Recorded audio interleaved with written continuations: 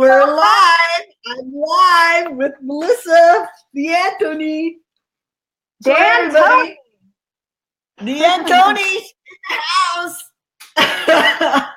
Hey, Hey. So today we're going to be talking about really, ending the whole concept of not being able to make money as a creative. So we got these two creatives together on this phone call, and Melissa is just the queen of creativity and making money. So this is awesome. I'm just going to read your little bio. Is that cool? Sure. So Melissa is a visionary force behind FireTree Studios. I love that name. That's so awesome. And the FireTree method for creative transformation. And after leaving what I consider a highly successful career in internet technology marketing, she set out to pursue her real passion. And this woman is totally passionate. So we're in the right place. Creative self-expression and to live a truly empowered and sovereign, inspired life. I love that word, sovereign, don't you? So she's a vision keeper and creative catalyst for the last 15 years, and she inspires artists and creatives on their journey to really self-realization, what gives them power, and in order to transform their art and their lives and what they're doing, particularly their prosperity and abundance. So, she does painting retreats, and she does something called the Abundant Creative, which I love that name. Claiming your creative power and ending the blocks of the starving artist myth forever, which is what we want to be talking about today. She also has a program called The Art of Entrepreneurship to transform your passion and your purpose into prosperity. So, I am just so honored and privileged to have you in this conversation with me today. So, we're talking about, I want to just kind of move into it if that's good with you. You're on freeze on my computer, so I hope you're coming back. I like this idea that you were talking about. It's frozen on my computer screen, just so you know. All right, well, as long as I can hear you, I think it's good. You're a little bit on freeze, but we'll see what happens.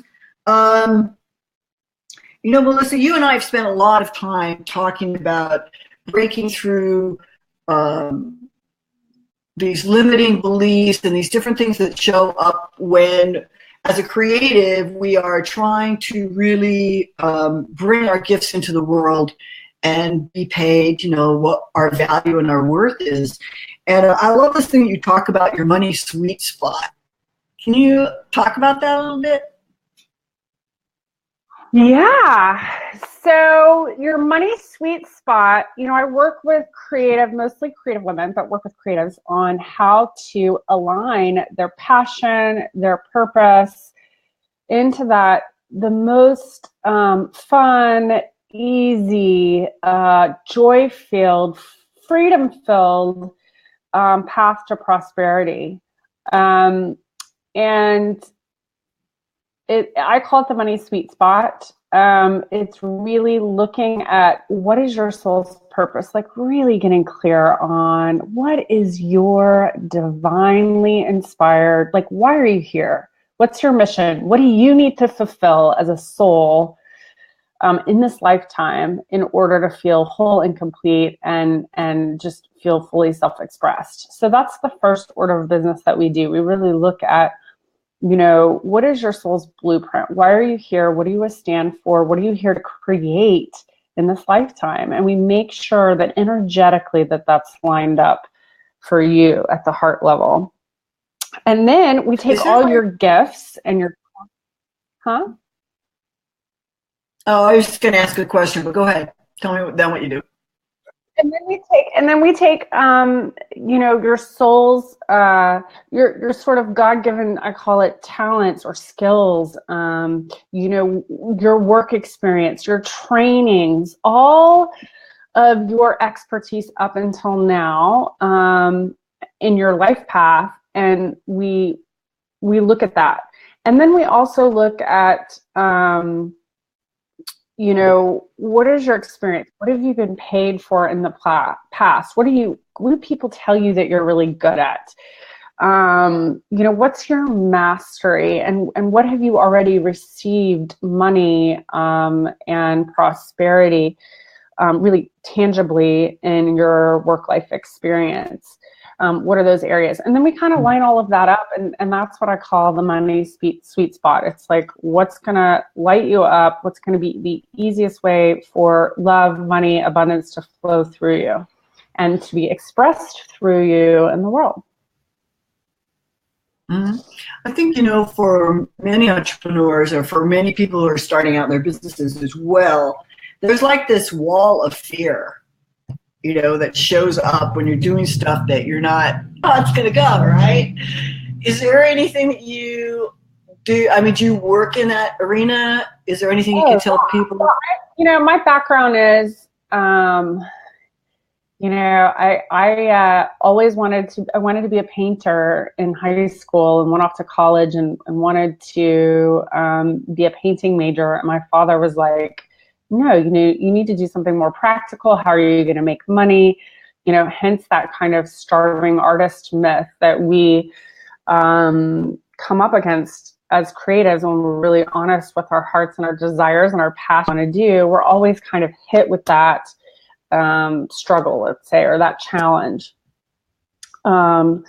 And I decided, so there was a lot of fear, right? I learned at an early age that there was a lot of fear around following my heart, my passion, my creative pursuits, and artistry. And so I went into marketing, and I ended up becoming an English major. And my dear father was like, well, rationalized it with everyone in business needs to know how to write, you know, and got into marketing, branding.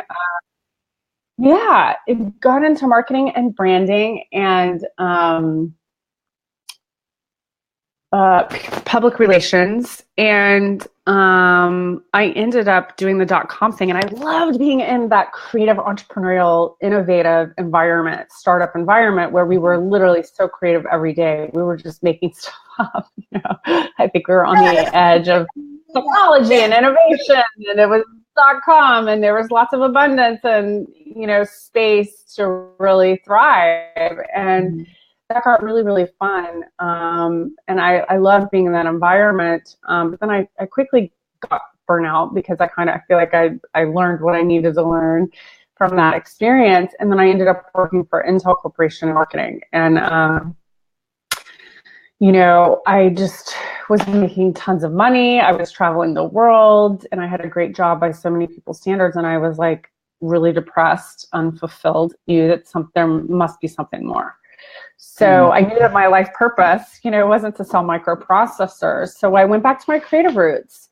And, you know, you asked a question about this whole thing about fear. Well, yeah, anytime that we want to create something, which is birthing something new or innovating, we're going to come against all of the resistance, the fears, anything that we need to heal, whatever is that we need to move through. It's almost like our initiation into that creative process.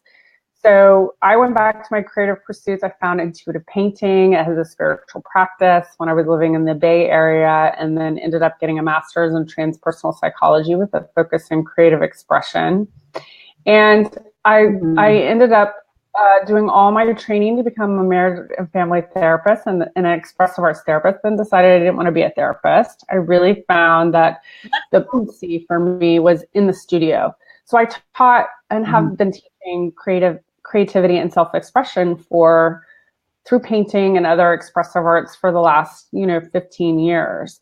So I really get to spend and have a lot of experience working with people in the heart of the creative process, like in that place of imagination and vision and, creative exploration and self-exploration. And absolutely, your fears are always going to come up. That's just part of the process, but it's not a reason to stop.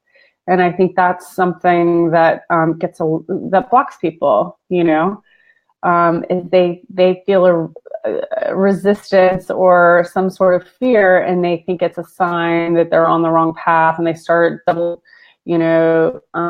questioning themselves, and and really it's an initiation to be able to have anything. You have to walk the walk. You have to go through the fire of of that process, for sure. Yeah. Well, I know, you and I are really good friends, and you have helped me a lot with, like, whip out your your paints and your brushes and paint this feeling, or allow yourself to fully, it's like a recognition of allowing yourself to fully feel a feeling, and then make a drawing or a painting about it, and then step all the way through to the other side. It's quite liberating, I think, the way that you.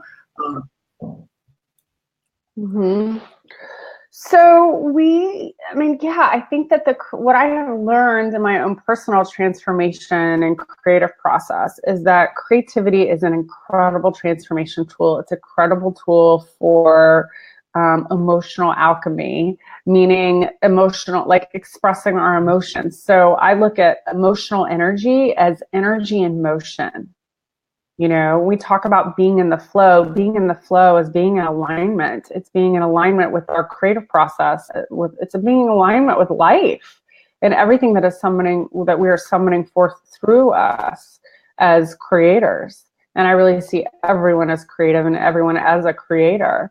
And so when you start, painting is a beautiful tool for expressing emotion because it's fluid. We're using, it's water based, and it's a great tool for alchemizing our emotions in the moment. And that's what I use with myself, with my clients. I developed a method called the FireTree method, and one of our really powerful tools is creative alchemy. And it's, when any emotion comes up, rather than we're conditioned as a culture to hide our uncomfortable emotions, or to repress them or suppress them or depress them.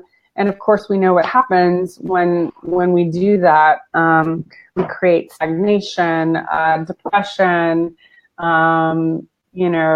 and regression, right? Because we're either growing or dying. So to keep up with our own evolutionary process, it's really important that we harness these new tools that we have, these innovative tools that we have for expressing our energy in the highest, most loving ways. Yeah, I couldn't agree more. I'm just going to show everybody. Here's my drawing from the other day. that I went through. It's really great. You're frozen on my screen.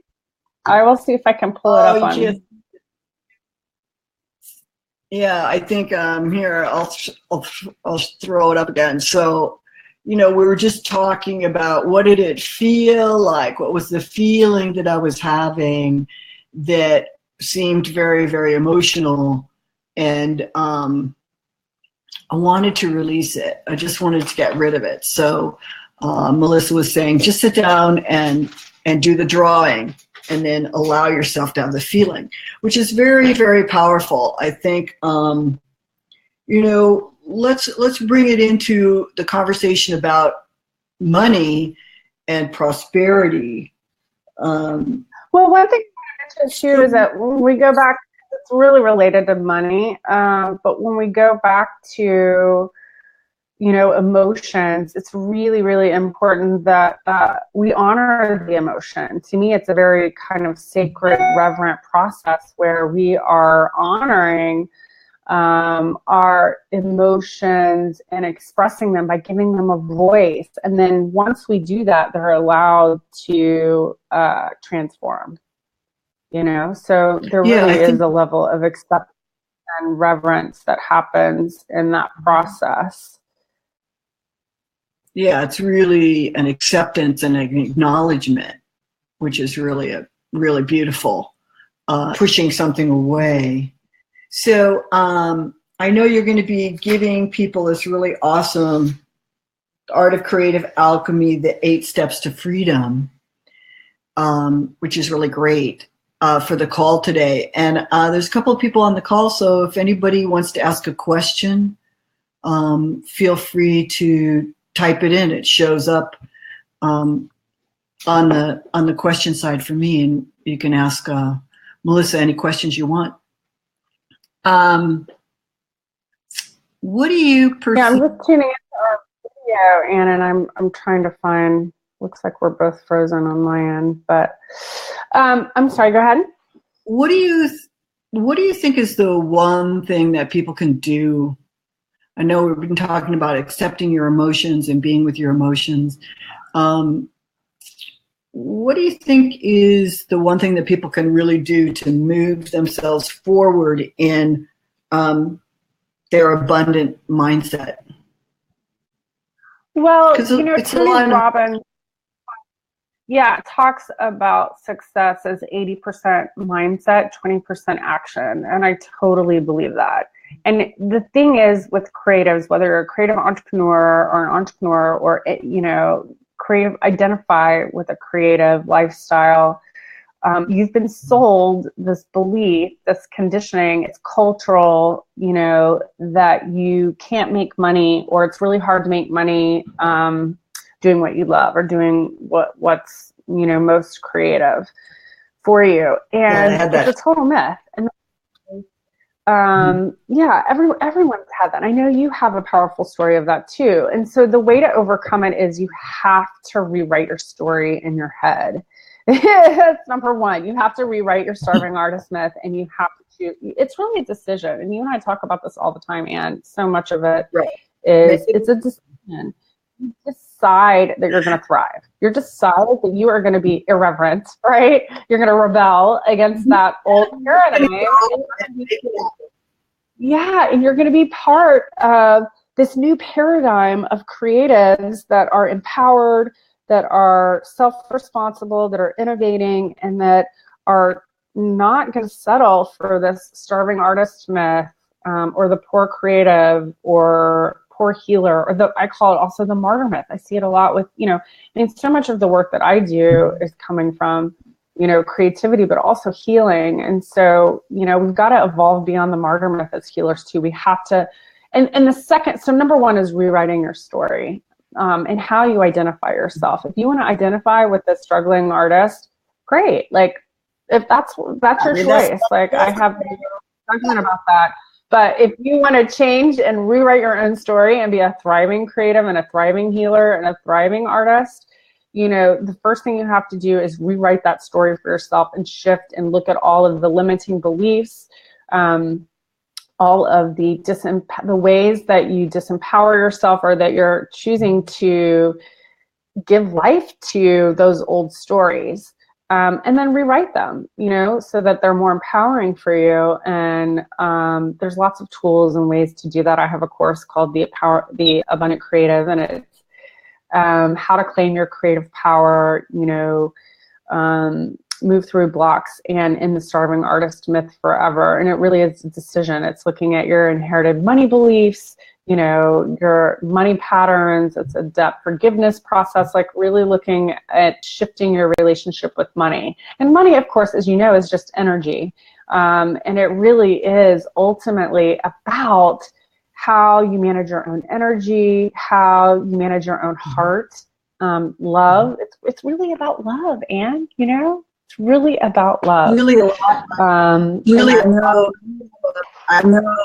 You have this process. You have this process that I love about romancing your money, and that money's a relationship, and you can sit down and drink a glass of wine and light some candles and really romance your money. And I think that's really awesome. It's just so innovative. We're in fear about money, or if you have shame still around money or your relationship with money. I mean, I think the other thing is really looking at your beliefs, and it's about value.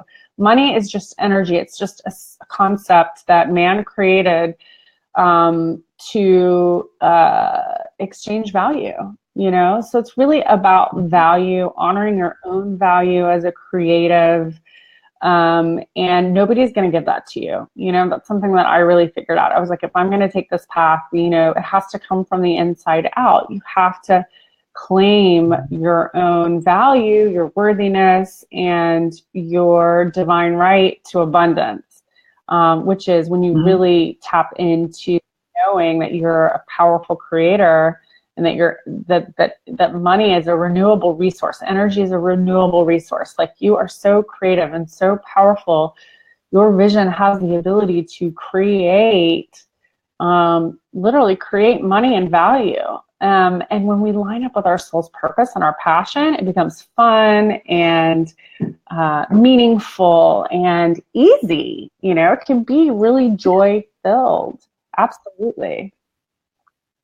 I think that fun is extremely important for everybody, to move things forward. I know in my experience, when I'm excited and having fun in my business is when money's flowing and the clients are flowing and everything's flowing, right? And as soon as I get like in this like a shrinking or whatever, it becomes more difficult. So I think, you know, it's really important to, well, yeah, that's why, you know, it's really important to stay self-responsible. And, you know, it's such a personal growth thing. You have to constantly be in tune with your own flow, right? With your own process, your own relationship with your emotions, with your own well-being, and there will be challenges.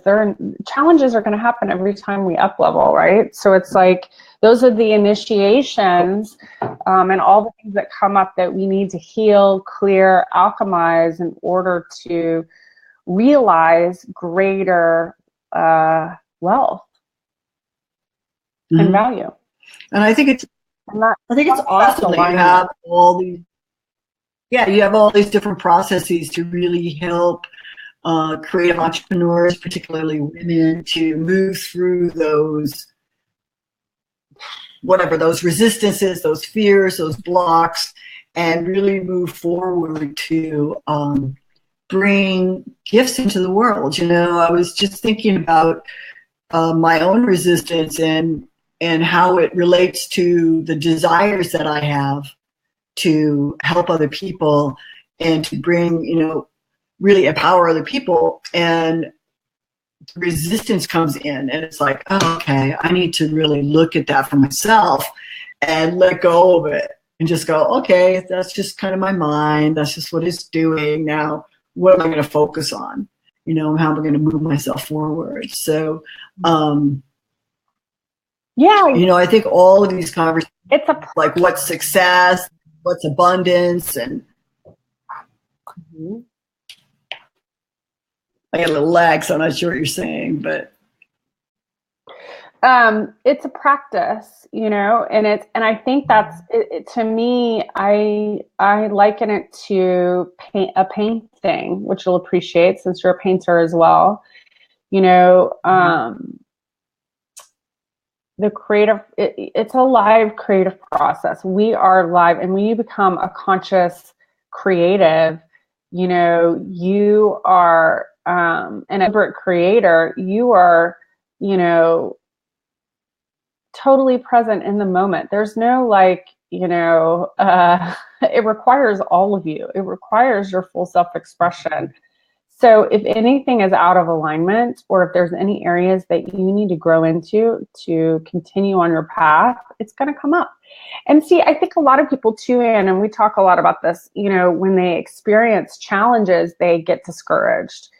So I always talk about how the creative, you know, hero or heroine's journey is the journey of self-love and self-acceptance. It's about self-esteem. You know, the more you have love and reverence for yourself and your mission and your soul, and that, you know, know on an identity level that you are a powerful creator, which you are, you know, the easier it is for you to own your value and and support and honor the value of others.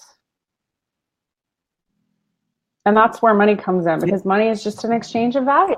You know, it's just lining up with the people that you're meant to serve, with the gifts that you have, so they can thrive and you can thrive. And it's really a very empowering, co-creative experience. You know, of course, you know, we have experience in our culture where money has been abused, where it has been used in, let's say, dysfunctional ways. You know, we're in their power, living their purpose and contributing on that level. I mean, and exchanging value in this higher way. What a world we would live in, you know? That would be amazing. I was just thinking about a friend of mine recently who's also an entrepreneur, and she sent me this text, you know, about nobody needs to really be alone. And how, you know, when we think about what it is we're doing, it's really what we're doing as a group. It's not so much just what I'm doing or what you're doing. It's like we are affecting each other as a group. You know, it ripples out over the planet, but it starts over here and then ripples out. And how, to me, when I can get really focused on that idea and be about that, it makes things much more inspirational, fun, and exciting to do. Because it's not so much focused on myself, let me put it that way. Oh, yeah. I mean, when we tap into that we are all here to contribute something to the whole, you know, that we're all connected and in the level of like unity consciousness that we like to talk about, then we realize that, you know, it's up to us to serve our purpose, because we, you know, each one of us is required to show up fully. And it's not until everyone does that we will see a big shift, right? So, a little piece of the puzzle. That unique self-expression, you know, a big part of my own mission is really helping people and helping them find their voice, to whether it's in their business or their self-expression, their marketing, you know, really being able to get clear on what it is that they are here, you know, what's their song they're here to sing and how do you sing it? Because everyone has their own unique tune, and that's what creates the global symphony, you know? Yeah, it's great. I mean, I know that you and I both totally are heart aligned on that. It's like being your unique self and what are the gifts, and then how do you put it together and how do you make that a contribution, you know, in your business or in your life, and really live a joy-filled life. I mean, we're actually here to be happy.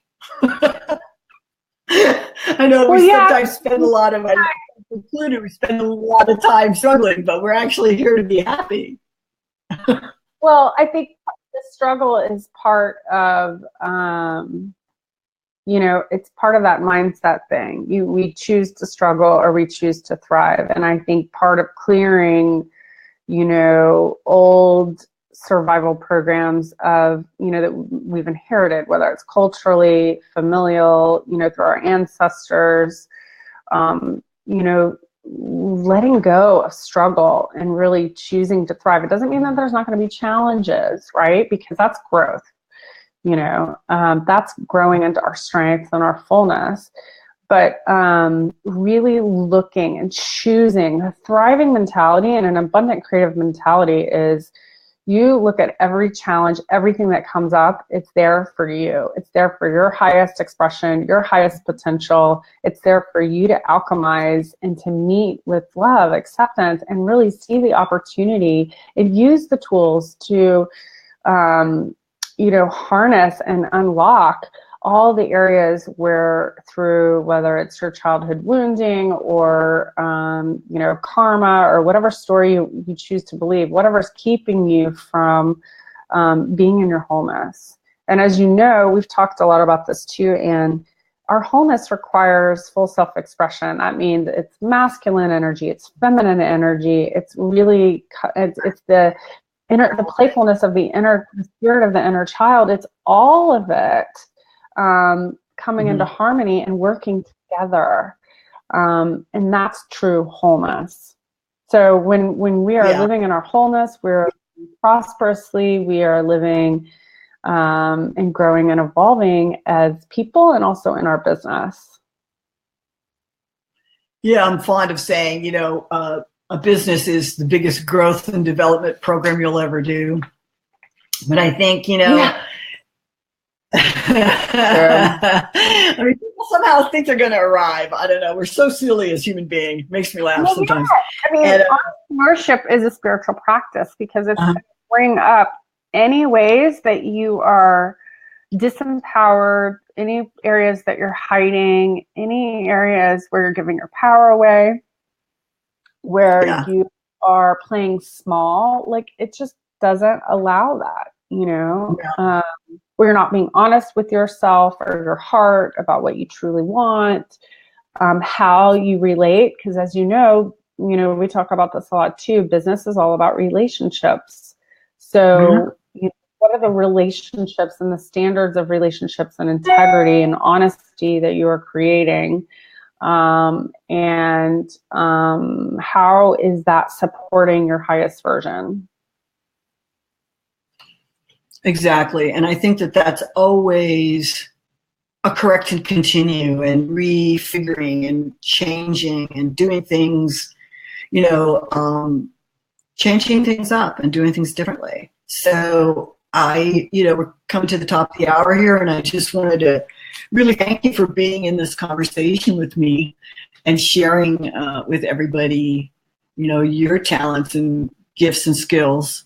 And I know you're going to be sharing the art of creative alchemy, the 8 steps to freedom. So that is really the crux of everything. And I was just looking to see if anybody wanted to ask any questions. So if you do want to ask questions, we're going to be coming back and checking the Facebook and the Be Live. Melissa and I will answer any questions that you might have. If you're watching this later, you can just leave questions below. And there'll be a link for you to get Melissa's gift, which is really gracious. Thank you so very much. And thanks for being on the Be Live today. Let me explain this gift really quick. This is the creative alchemy process.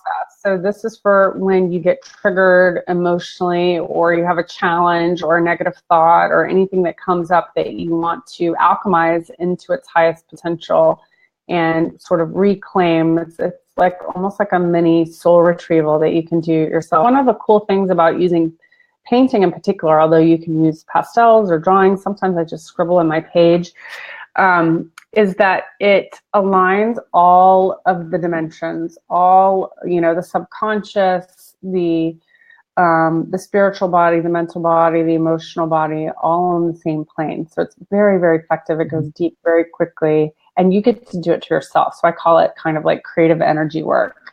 But you're expressing this onto paper so that you're no longer carrying this old pattern or thought or belief, and you really have the power to alchemize it into a new reality. And it really does work. It's 8 steps. It's super easy and fun, and I hope you try it. Let me know how it works for you. If you have questions, it can be very, very powerful, transformational process for people. And it's a practice, it's something you can do daily. You can do it on an easel. You can do it in a journal. It doesn't really matter. You can just grab a piece of paper and work with what you have. Yeah, it's awesome. It's really great. Thank you. It's an extremely generous gift that will really help all of us to, identify and then do the drawing and then just move forward so you don't get stuck in any kind of resistance or fear around what it is you're up to. So again, I just want to thank you, Melissa, for being in Real, Raw, and Relevant. And for the rest of you, go forth and prosper and be your audacious self, and use all the tools that everyone is so generously giving. And, we're all in it together. So let's just make it happen. Thanks. Thanks, Anne. Bye.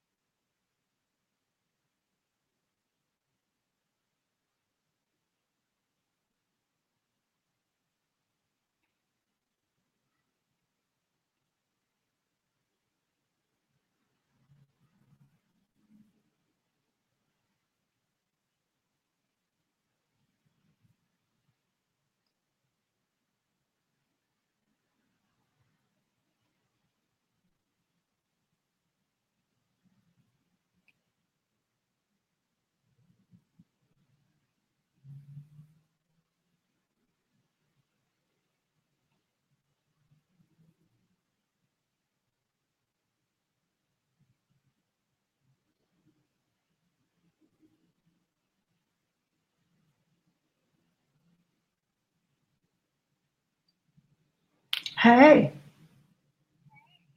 that was fun. It was a little disconcerting that we weren't moving. I know. I was weird. I was like, yeah, it's something. I know. That's kind of how, when I was just texting you, it was like, I don't even know what this interaction looks like. It was kind of like, I might not use Be Live because just everyone has a different connection with it. The only reason that we're thinking we want to use it is it automatically sends out to Facebook. Facebook has now starting, and I think it's probably because Be Live uses it. So they're like, oh, look at that. Because like, to me, I don't think it's because there's a lag in the conversation. You can't really have a conversation, you have to wait. You know what I mean? Like, we can't talk over each other because it breaks up. So it's not really like a conversation. But I'm thinking we either got to shift to Zoom and we'll just have to promote it. It's like, you know, we decided to do the live because we can automatically.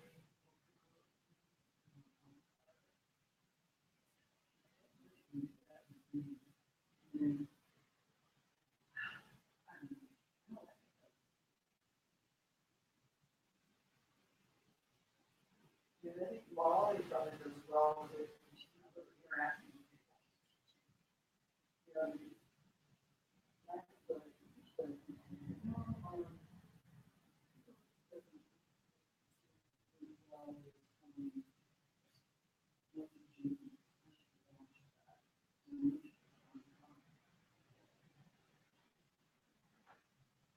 oh, it's not? So the link that's in, is it, is that on our side? Okay, I'll have some change it. Okay. Because I know she was on the call. There was a couple of people on the call, which is kind of cool. Gigi Blair finally got in. Love the talk. Link not working. Can you send me the handout? Yeah. It's like these people hopped on at the last minute, kind of. It's interesting. All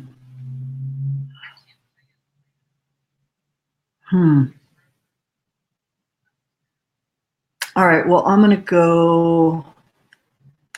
Let me go over to Facebook and see what it's looking like.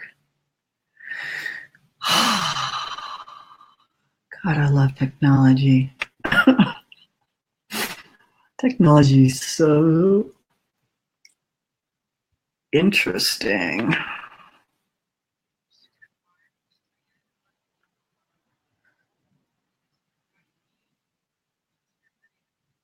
Yeah, I know. Yeah, the energy wasn't really happening. Mm-hmm. Yeah, it was just a little not in our energy the way we are, even though everybody loved it, whatever.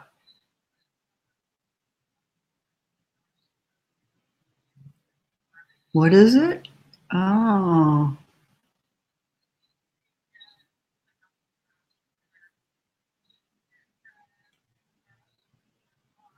Mm-hmm. Right. Yeah, babies. Um, yeah, let's see. I didn't really see the link in here. How does that work? Oh, there it is, free download. So why isn't that working? Oh man, Well, we'll get it fixed today. That's crazy. Page not found is what I get. You. Yeah, there should be there. But let me, okay. So I will get with them this morning and get that fixed.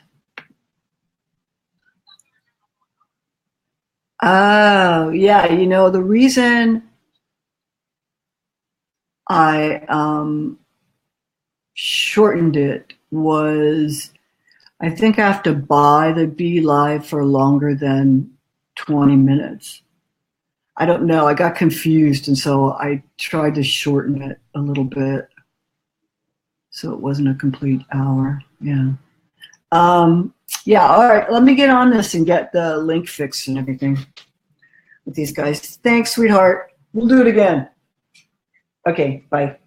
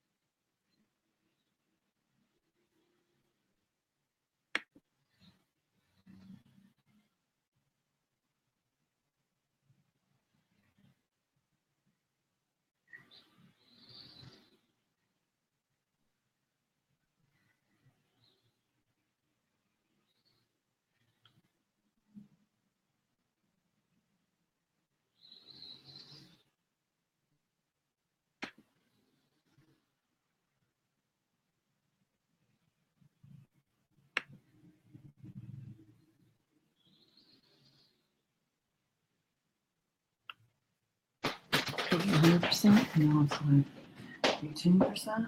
Oh, it's looking crazy. Who's this?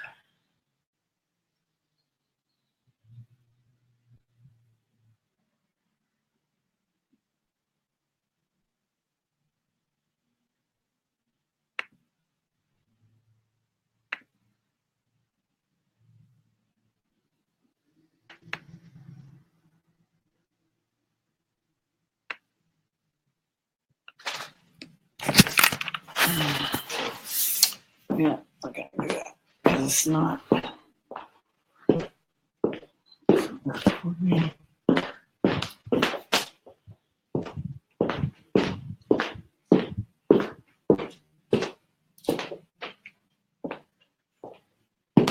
Is it because I'm not paying for it?